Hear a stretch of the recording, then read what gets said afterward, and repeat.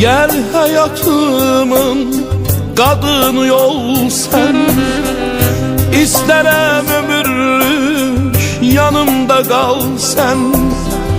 Uzat ellerini mənə əzizim, evlen benimle ay iki gözüm.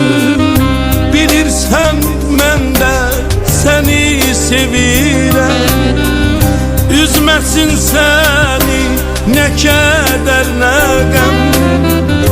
Tut ellerimden benim əzizim, evlen benimle ay iki gözüm.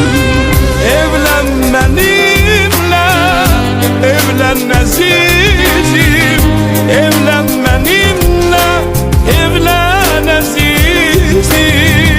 Evlen benimle, evlen əzizim, evlen benimle ay iki gözüm. Evlen benimle, evlen əzizim, evlen benimle, evlen əzizim. Evlen benimle, evlen əzizim, evlen benimle ay iki gözüm.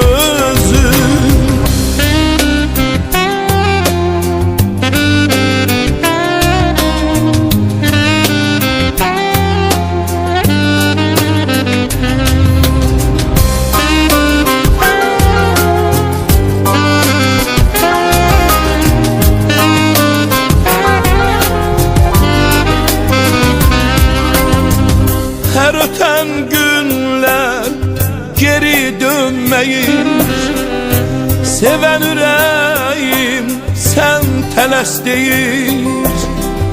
Tut ellerimden benim azizim, evlen beni